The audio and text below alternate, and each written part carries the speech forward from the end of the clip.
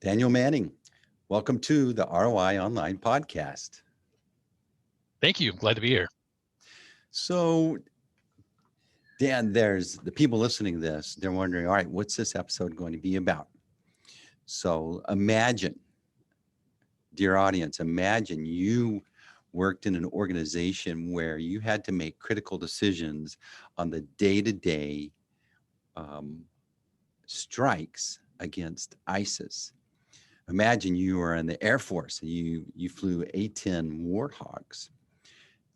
You think you make a lot of decisions every day as an entrepreneur or a business owner, but in that high stress environment, in an organization that's extremely competitive and decisions really count on life and death, that's what our guest today, Dan Manning, was involved with. Dan, give us Yes. this backstory of how in the world you ended up in this situation. Yeah. So I spent about 25 years in the Air Force. In the first half of that time, I was a fighter pilot, like you mentioned, flying the A-10. And then in the second half of my career, I was a military diplomat. So I learned Russian. I spent some time in Central Asia working there. But I had one assignment for a year from the summer of 2016 until the summer of 2017, where I was the deputy director at our combined air operations center in Qatar. And that's the place where we run the day-to-day air operations for everything that's happening in the Middle East. But at that time, we were fighting ISIS. So we had a 20-nation air coalition that was running those operations and conducting that war. And my job was to ensure on a day-to-day basis that worked, that we were able to pursue our objectives and advance on our mission. Part of what I did involved approving airstrikes. Other times I had to negotiate with the Russians to ensure that we weren't crashing into each other or attacking each other's forces at the time that we were there. But as you mentioned, like the decisions that we were making are literally life or death decisions. And I spent a lot of time thinking about not only the decisions that I made, but also the way that we thought to come up with those decisions. And I started noticing how sometimes my brain was creating illusions or leading me to make to initial conclusions that just weren't right and even were contrary to what we were trying to do. So I really focused on how to think, how we think, and the types of illusions we create to find out how we can think better. And so out of this experience, this book, Thinking Better, Critical Thinking and Creativity Through Trusting Collaboration, started to take form in your mind. And that's exactly right. And what's interesting to me is you talk about how status quo is something that we cling to with we look like a cat hanging on a curtain or something, that trying to maintain the status quo. But in the story, what's interesting is that how the status quo, when it starts to crumble and when we start to realize that it's not going to last, we have to make decisions and we drag our feet into embracing that change. And that's what your book's about. Yeah, that's exactly right. We have a chapter in there talking about the status quo illusion. And for your listeners, folks that are involved in sales and marketing, essentially sales and marketing is trying to get people to overcome their status quo illusions.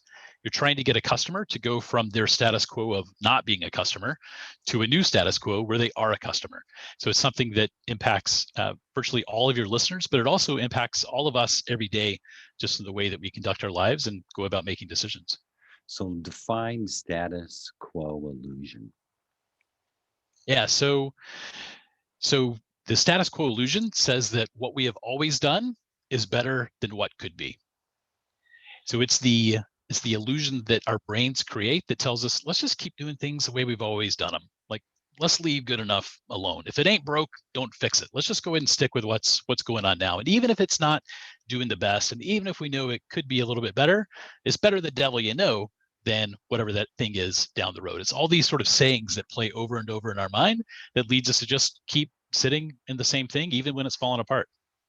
You talk about in your book where like culture penalizes the person that made a decision to change things and really rewards people that even though the company just languished, they stayed consistent in the status quo as much as possible. And we just naturally think that that's better.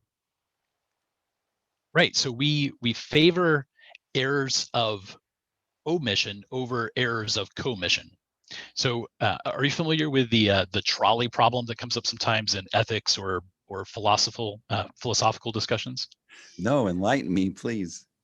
Yeah. So essentially, the trolley problem is, imagine that you're walking along one day and you walk up to some tracks, and there's a trolley that's its brakes have failed. It's a runaway train car that's coming down the tracks. You happen to be standing next to a switch, and if you do nothing, this train car is going to go zooming past you, and it's going to go off of a cliff. And the 5 people that are on that train car will surely die. Or you have a switch that you can flip, and when you flip this switch, that runaway train car will be diverted onto this path that it can take to sort of roll out and slow down safely. But when it does that, it's going to hit some pedestrians, and it's going to surely kill these pedestrians. And in this case, it's going to kill 3 pedestrians on the path that it runs out to slow down on. So you have a choice. You can either do nothing, and now you allow the train car to go past you, and it goes off the cliff and 5 people die, or you flip the switch and it diverts onto a track and 3 people die on the other track. So Steve, what do you do? Well, it depends on who's in that trolley. If it's ISIS, I do nothing. So you have no reason to believe that it's anyone who has any type of moral turpitude in their background. It's just 5 unknown strangers, and the 3 pedestrians are also unknown to you as well. Yeah, I don't know what to do because I don't have enough information to make a good decision is how I'm feeling. Okay, so the train is almost there. You're about to lose your chance to make a decision. So what are you going to do? I'm going to stay in a status quo, I guess, and be a loser. I don't know. So it's not necessarily a loser, right? It's the way that our brains are wired. And your answer is, in fact, the answer that is what most people give, right? Most people decide that they're not going to flip the switch. When I have to test out all of my presentations and my questions on my family. So my wife, when I gave her this problem, I said, so you're going to essentially kill those 5 people? And she said, I'm not killing them. Fate is killing them, right? I don't know anything about why they got on that train. I just happened to be in the wrong place at the wrong time. So she's going to allow them to continue on. And that is a good example of the way that we favor errors of omission over errors of commission, right? We would rather do nothing and just let the world kind of continue on than take some action and then later have someone say, no, he should have left well enough alone. He shouldn't have changed those tracks. He should have just stuck with what was there before.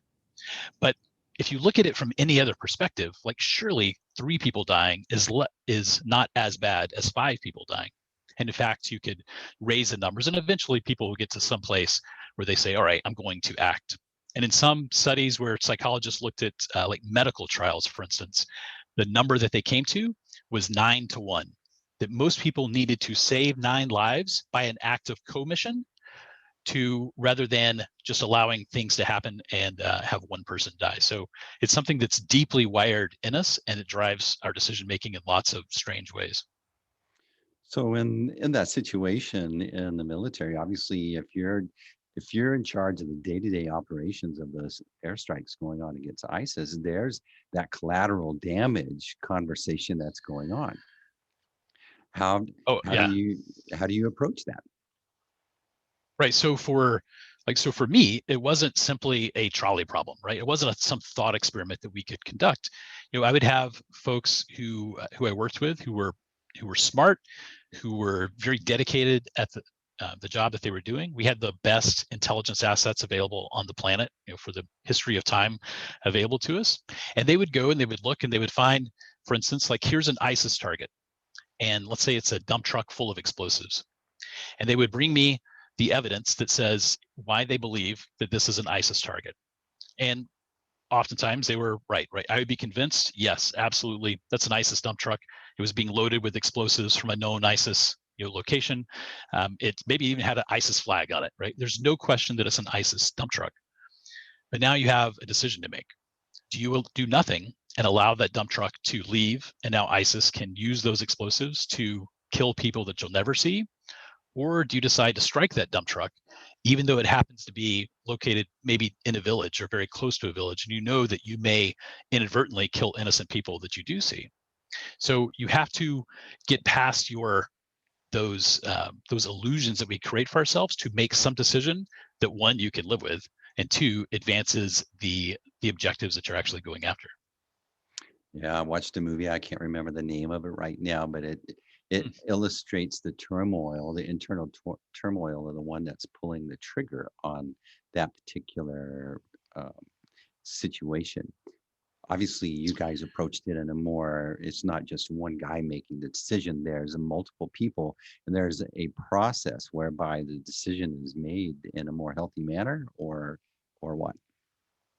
Oh, well, yes. So there are many, many people all along the chain that are giving their input and making their making judgments and making recommendations. And then, but ultimately, in the way that we were conducting the war then, there had to be one person who was what was called the target engagement authority. That was the person who had the authority to say, yes, strike that target.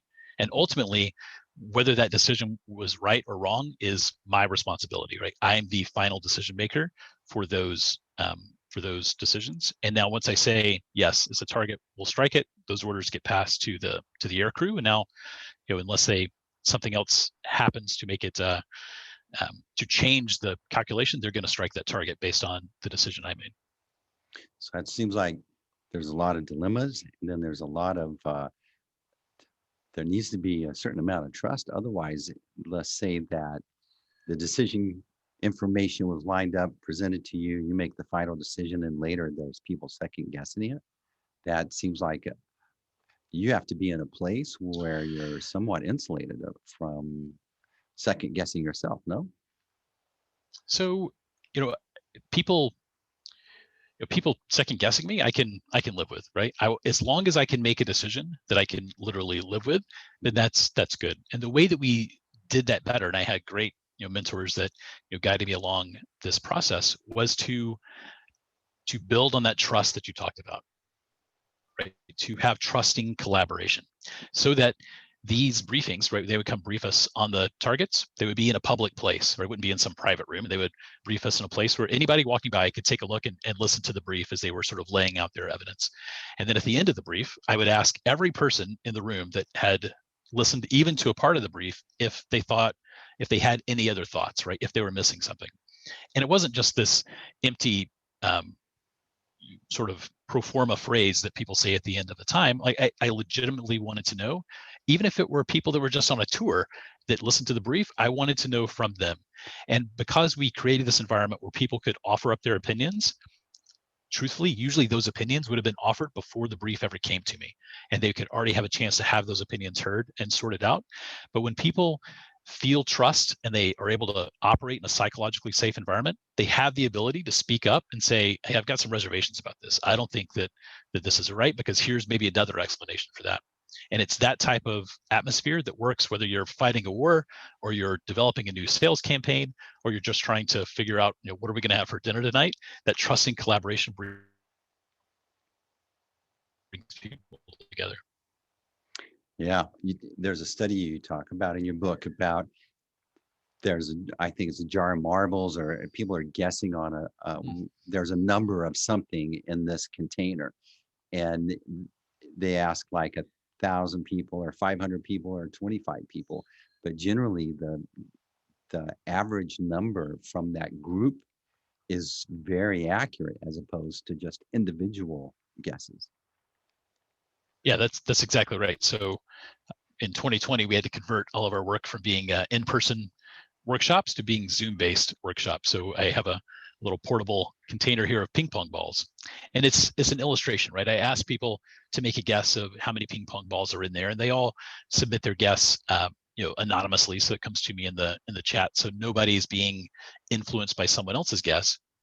And essentially, it's just a smaller scale repeat of a demonstration that Sir Francis Galton did in 1906 in London, where he takes this big ox to the county fair and he asks people to guess the weight of the ox. And he collects 1,800 different guesses that people made. And he takes them home and he lines them up on his table, and he finds the median, that is the very middle one, where half the people thought it weighed more and half the people thought it weighed less. And that median answer was 1,196 pounds. Now, the ox actually weighed 1,197 pounds, was only off by 1 pound. Mm-hmm. And when I use the same thing with the ping pong balls, usually the median guess is within 2 or 3 of that, of the actual number. But the lesson is when people can show up and they can offer their personal, uninfluenced opinion, which comes with all their own biases, but it's they're uninfluenced by someone else. Now, when we put all those ideas together, we actually get very, very close to the fact of the matter, much closer to knowledge than if we all just showed up with our own ideas that are influenced by other people that are there, or if we're afraid to share what we really think.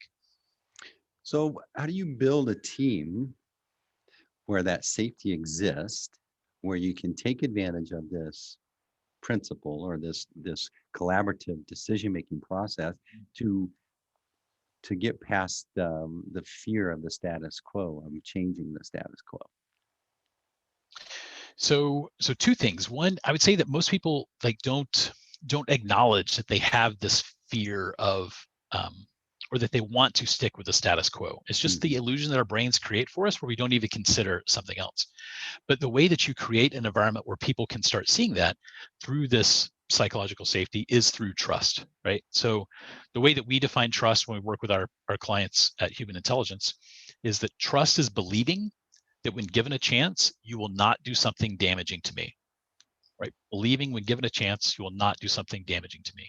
So it's an action verb. It's a choice that people make. People choose to trust, right? I choose to talk to you and have developed a relationship with you and to come onto your podcast. And I trust that you're not going to use my words as a cudgel against me, right? Not that you're going to agree with what I say, but you're not going to beat me up if I say something dumb.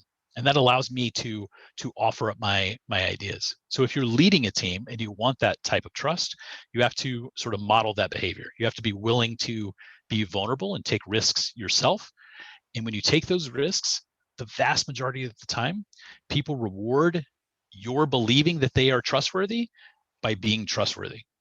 Right. And when people start seeing this, now they start sharing ideas and they start opening up in a way that they would not normally open up. And that's what you need to get closer and closer to what that knowledge is, right? To get closer and closer to the fact of the matter, rather than us all just operating our own separate illusions. Yeah, I talk about how being creative, we have creatives on our team where we're helping businesses get a platform together online to help them grow the value of the business. Well, that takes creative writing, creative strategy, creatives, the design of logos or whatever. But the problem, or the thing that I really want to encourage, is that to be creative, you need to be willing to put yourself out there and receive criticism of what you're producing or suggesting. And you can't just throw it out there and then if you get a little pushback, go shrink. You need to be okay with that. But I think it's something that it takes some time to lean into. Yeah, you're exactly right. And you said it exactly right as well. To take criticism of the action, right? If someone produces an idea that's not good, well, one, that's the way most ideas are. Most ideas suck. Most ideas are not good ideas. It takes some time to get down to that good idea. So the brainstorming literature says that it takes about 25 ideas that people just offer up in a brainstorming session to get one idea that's a plausible thing that we can do, right? That's a 4% or 0.4% success rate, right? It's a tiny success rate versus how many ideas you have to come up with. But if Van Gogh had that level of success, he would have been thrilled, right? Van Gogh painted something like 900 paintings in his lifetime, and he only sold one, and it was to his brother who was already giving him money. So it's really hard for us to judge which ideas are good and which ideas are bad, but it's that continuous improvement to make them better. It's continuously iterating on those. So when you have someone in your team who produces a creative idea, it's important to ensure that you are criticizing or you're trying to build on the idea and you're not criticizing that person, right? So a good person can come up with a bad idea, and frankly, a bad person can come up with a good idea as well. But separating the idea from that person insulates the person from that criticism a little bit, and you can let someone know that they're on your team and maybe they have a bad idea today or tomorrow, but you're going to invite them back the next day. Now they have to eventually perform, right? They have to eventually be producing some good ideas to stay on the team, but that's a different decision than you just offering me up one bad idea today. I think so. If you imagine a creative team, I think there needs to be a declaration of in that culture, this is how we operate. As the leader of the team, I'm going to make a suggestion of where I want to go, the direction I want to go. But I have to kick off the discussion. So here's my prototype of my idea. And it's Mm-hmm. the truth is how that idea is birthed and how that idea looks in the future is very different, but it's on this path. What are some good things to, I think about the mistakes I made in presenting ideas, but give me some suggestions how to do better and like inspiring the team to take that idea and and and create carve on it and change it to where it gets to the best place.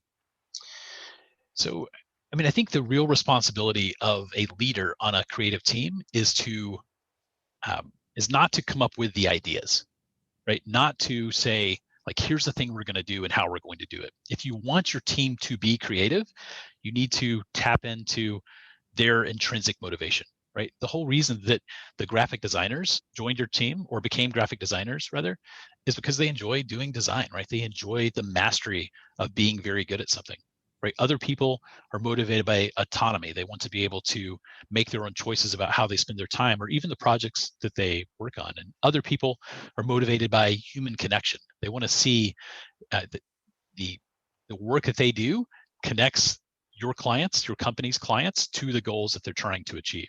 So when you connect people and connect their daily work to the thing that intrinsically motivates them, that's when you get access to their creativity. I know myself, if my boss tells me, hey, here's what I want you to do, and here's exactly how you do it, I go and I try it that way and it fails, I'm going to go back to my boss and say, look, I did what you said and it didn't work. I'm not going to come up with a new way to do it. But if you have people that are connected to their intrinsic motivation, then it develops resilience. So even though the first idea sucked, they still have the resilience to keep making it better, to keep making it better. And now instead of just going back and saying, well, that didn't work, they say, all right, what's a different way to do it? What's a new way to do it? So as the leader of this team, your job is to not to offer the ideas. Now you can offer your own personal ideas, but they should, in the beginning, have the same weight as everyone else's idea until you come to the point where you need to make a business decision. And now you've heard everyone. People feel like they don't necessarily have a vote, but they have a voice, that they're able to offer their ideas and be heard. You make a decision about what we're going to do, and now we're able to move out and do that. But people are more likely to bring their own creativity than if you just said, all right, here's what we're going to do. Here's how we're going to do it. You go produce. I think that's a great measurement of the health of a culture. That if you have a team that feels safe enough to bring initiative and ideas, that instead of you having to bring all the ideas, there's a there's a transformation that's happened in that culture. Would you agree? Oh, 100%, right?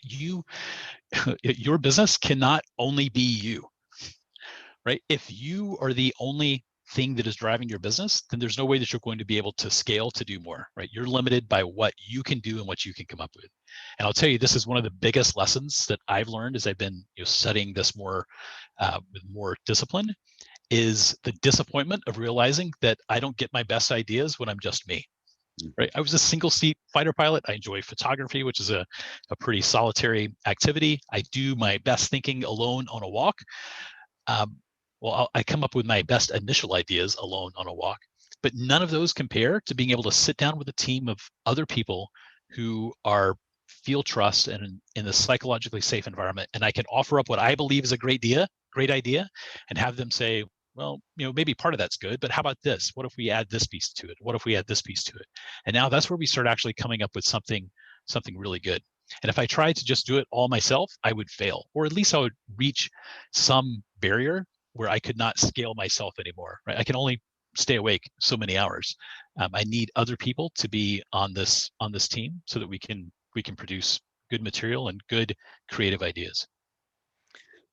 You've been listening. We're talking to Dan Manning. He's the author of Think Better, Critical Thinking and creativity through trusting collaboration.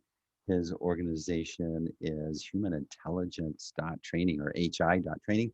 So Dan, you're talking about intrinsic motivation. Let's get that really clear. What exactly is Yeah. intrinsic and what's it pinging in an organization? Yeah. So let's start with the opposite, right? The opposite of intrinsic motivation is extrinsic motivation, and that is some reward that comes from the outside. So you tell me, if you do this thing and you do it well, I'm going to give you a bonus, right? I'm going to give you some extra money. If you go and you are able to develop 5 new leads, I'll pay you for each of those leads. Or if you work on an assembly line, for instance, and you're producing 20 of these widgets per day, if you can up your productivity to 25 widgets, I'm going to kick in some extra money, right? Extrinsic rewards are those things that come from the outside. Intrinsic rewards are those things that come from the inside. It's those things that I do simply because I want to do those things, because they provide reward themselves. So for most people that are working in a creative industry, right, the act of creation is intrinsically rewarding to them, right? Van Gogh wasn't painting because he was thinking he could make a lot of money, right? He was painting because it was what he did, right? He just continued to paint. And I find this with entrepreneurs that we work with as well, right? They are intrinsically motivated to have a successful business, not only because it generates money. In fact, the money is sort of secondary to something else. And usually that thing is this drive for mastery, because being an entrepreneur is essentially solving a puzzle. It's how do you create from nothing this business that works and is able to produce money. And money is sort of the outward reflection of the effectiveness of the process, right? The outward reflection of the mastery that they demonstrate through entrepreneurship. So what you find is, particularly with creative teams and people that are trying to increase more creativity, lots of times people will want to give extrinsic rewards to make people more creative. So you say, hey, whoever comes up with the best idea, you're going to get a free lunch, or I'm going to give you a gift card, or I'm going to give you this handsome bonus. But what research finds over and over and over is that extrinsic rewards do not increase creativity. Extrinsic rewards actually undermine creativity because it switches the way that our brains think about the reward. So now, rather than doing the work because it's rewarding, our brains say, well, let's do the minimum amount we have to do to reach this reward. Or other people who were doing the work just because it was what they do, now they feel like it's been cheapened, because I would do this if I weren't getting paid, and now you're giving me extra money for it. That's just, I don't know, that doesn't feel right. So rewarding people extrinsically for creative work simply doesn't work. It's tapping into that intrinsic motivation and connecting people to the work that they are already intrinsically motivated to do is where you get the benefit of their creativity. So intrinsic motivations you can drive by being very deliberate with the definition of your culture and what you stand for and what you believe. Am I wrong? So ultimately you're right, except the way that I would say is, one, I'm not driving it, I'm allowing it, right? I have to be a leader that knows enough about the people on my team to understand like what motivates them. Like, why are you working here? Like, what do you want to do? What's your big plan? Not your plan in 2 years or 5 years, but like long term, what is it that you actually want to do? And how can I find ways to connect you to that? Where you see things like at Google, they used to do 20% time, where you could spend 20% of your working time on some project that you just wanted to work on. And that's how they came up with Gmail and some other great successes. Many more failures, but a few great successes. But that 20% time allowed people to exercise their intrinsic motivation and get better and learn more about the thing that they're doing. So I would say the culture isn't what the leader says it is. The culture is what it is, right? It's what the collective group of people produce. So you need to understand the culture that you've produced. And if you don't have a good culture, now you've got a different problem. You need to fix it. But if you have a culture that values these ideas, you don't have to drive them anywhere. You allow them to produce their ideas and the things that intrinsically motivate them. And now you get to reap that reward. Well, I would push back a little bit there, because if you Yeah, don't, please. as a leader, your culture is coming from your personal why. That's in influencing the culture, the people that are attracted to your company, the people that are repelled. you can't help it, but it is influenced from your personal internal why. But also you have to, like, if you're going to have psychological safety as a leader, you do need to have these boundaries that you won't allow you know, we have a saying for our culture, assholes are not allowed. Mhm. Okay. Well, that Right. was me Yes. making a driver that we're not going to have these type Mhm. of people that kill safety. That if you're Mhm. experiencing attacks from within, this is not a healthy place. Well, that was me making the decision. I'm going to drive this particular culture and make sure that doesn't exist. Yeah, no, so you're right. So psychological safety is not a license to be a jerk or a license to be an asshole, right? Psychological safety is in fact, is lowering the consequences of interpersonal risk so that a person can offer their ideas or bring their whole self to work and not have to confront these assholes. But what happens is that in your company, right, you will eventually grow to a place where you cannot personally drive every person there. Agreed. Right. So I worked Agreed. inside the Department of Defense, an enormous organization. And even at smaller and smaller scales, people will develop their own culture. And even in your business, there is a there could be a different demonstration of culture when you're not around than when you are, Mm-hmm. right? So whether you're a good boss or a bad boss, the presence of the boss influences the way that people act and respond. So people adopting, either joining your company because you espouse that value and they want to align their personal values with what you said, or people sort of getting on board and adopting what you said as their own value, that's where you create success. It can't be just, hey, the boss said we're not gonna do this, so let's not do it. It has to be, this aligns with my values, and now you start getting that full reward of that whole person. I guess the outcome of this conversation makes me think about, here's my baby idea of the culture. Here's what I'm birthing as what I want this culture to be. But as time goes on, it evolves into a better culture, and with the contributions of the team is what you're saying, or what I'm taking away from this. Right? If you do the things that you're saying that you do in the way that I've come to know you through our discussion, it does evolve into a better culture.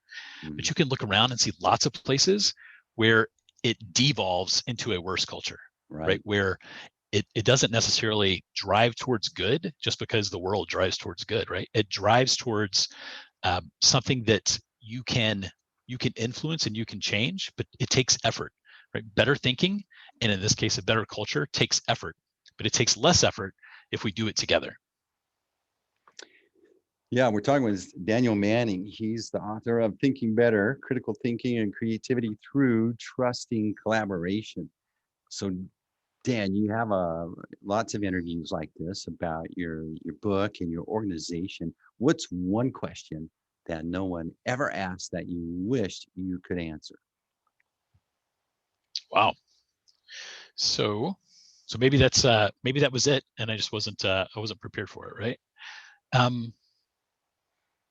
mean, I think, and I ask folks a lot of questions as well, but I think probably the question that I ask people the most is like, what's the big plan, right? But almost nobody ever asked me that back the other way, right? Because the big plan is a thing that allows us to see the mountain out in the distance, Hmm. and you keep walking towards that mountain. Like your path may deviate a little bit, but part of training to be a fighter pilot involves some land navigation and some survival.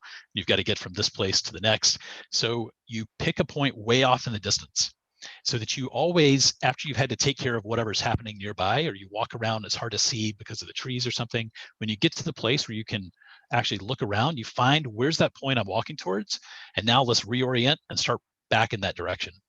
But if you don't know where that point is, well, I mean, no offense, but you're on the road to Amarillo, right?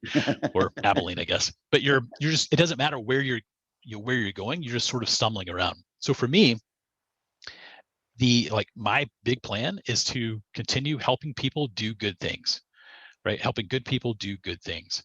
And I want to grow my business to where I've got maybe 5 to 10 instructors that are able to do this full time, working with companies of all sizes and nonprofits, with the main motivation being to do good things, right? If we help people to achieve their goals and to do the things that they want to do, and those things that they're doing align with our values, now everybody's successful. Awesome. I love that answer. So I'm curious, you had to do some survival training. How'd that go for you? Like what do they do? Drop you in the middle of the desert in your flak jacket and give you a knife and some water and you're off? So I actually did it when I was in college before I went to pilot training. I didn't go to the Air Force Academy. I went to a small school here in Birmingham, Alabama called Samford University. I went through the Air Force ROTC program. And one summer, I was able to go to the academy and do survival there. And it's all in the Pike National Forest. So you would start at some point, and then overnight you had to get from where you started to some point that was some distance away. And at the same time, there were people, going through the forest that were looking for you. They're trying to capture you, but you've got to be able to figure out how to get from here to there overnight in complete darkness, so that you can bed down for the next day, sleep during the day, and then do it all over again the next night. So sleeping during the day, is that pretty easy? Seems like it'd be the opposite. So for those nights, because you've been hiking, several miles at night in the mountains, so you're ready for sleep when you have the chance to lay down and close your eyes, because you got no sleep the night before. Some of the best sleep that I ever had was between these two rocks in the Pike National Forest. And I still remember those two rocks and how good that sleep was. And that was 25, 30 years ago almost. Wow. So as far as your self-esteem in a situation like that, how do you later in life, how do you draw back on the lessons that you learned during that particular time? I mean, so probably the lesson that I call back on the most actually was a lesson that I learned in pilot training, where you would, you're flying around, maybe you're solo, and these are in small jet airplanes, and there'll be a problem. Maybe you get an indication that you have a fire in one of your engines, which is not a good thing, right? So that's a serious problem you need to take care of. I would think. And one of the, that's not a status quo problem you can live with for very long. So one of the instructors, said, in any moment of crisis, like the first thing that you want to do is wind the clock. So it's this little clock. It's like a 7-day clock, and they actually were wound up like you would wind up a watch, right? First thing you want to do is wind the clock, because you don't want to make a rash reaction, right? There is an appropriate reaction to what you see going on, but it's better for you to slow things down, take a look around, make sure that you're not doing something that's dumb, right? Make sure that you're not reacting out of haste, that you're taking an action, that you're making a purposeful action. So when you would wind the clock, it sort of resets your mind, like, all right, I got this. Okay, I see this. This is the problem. This is what's happening. Here's what I should do, rather than just acting out of a rash indecision and making your problem worse. I love that. That's a great story that all business owners and entrepreneurs can apply. As you get hit with a lot of decisions, but sometimes you get hit with really unknowns. I mean, ones you didn't expect, and to be able to just take a breath and wind the clock and just kind of calm down helps you approach that thing better, right? Yes, but you have the advantage of something that I didn't have in a single seat aircraft, right? You have other people that you can talk to. Also, there's probably the business that you're in is probably not going to crash in the next 5 minutes, right? So you have a little bit more time. You have a little bit more time to deliberate and to discuss. And certainly when you're flying in the Air Force, you have other people on the radio, but nobody else sort of has the same perspective that you have inside the cockpit. But if you can develop a team where you can say, like, here's a problem that I see, and you can have a discussion, and maybe other people see the problem a different way, right? You'll always have somebody who says, well, yeah, that could be a problem, but in the long run, maybe it could be better. Maybe this is the opportunity for us to stop doing what we've always done and start doing something better. Maybe this is the opportunity for us to leave that status quo. And if you can have that collaboration, now you can make a decision that's better than if you had just made it yourself. What a great way to wrap up this conversation. The way that you can accomplish what Dan just said is to get his book, Thinking Better, Critical Thinking and Creativity Through Trusting Collaboration. Dan, how can they get that book? So you can do it the new old-fashioned way, which is to go to Amazon. You can search for Thinking Better Dan Manning, and you can find it. You can buy it there. But even better than that, if they email me at dan@hi.training, I'll trade them a copy of the book for a conversation. If I can have a 15, 20-minute conversation with your listeners to hear what they are thinking about and how they think, I'll gladly give them a book in exchange. So that's dan@hi.training. And they'll reach out. They'll send you an email. They get a free copy, but they also get a little time to spend with you to talk about how they can consider implementing this. That's exactly right. And I would be honored to do it. So your website is hi.training as well. People can learn how your organization can engage with Dan and implement a lot of these things. I don't think there's an organization out there that would argue that their decision process, that they were extremely in a position of confidence and all decisions they make are the best ones. So who wouldn't want to take advantage of that, Dan? That's right. Any organization that works off of brain power can use those brains better. So how did that conversation end up with your wife when you were saying, so you wouldn't do anything on the switch? Did that end up well for you? So I have learned over time, I've known my wife most of my life, that I can push up to a certain point. And now it's time to switch and go do something different. So I learn. I'm trainable. So there he is. He's actually flipping the switch, the literal switch in that conversation. Dan, thanks so much for being on the ROI Online Podcast. Thank you. It's been a great time. I really appreciate the invitation. All right. And that's a wrap.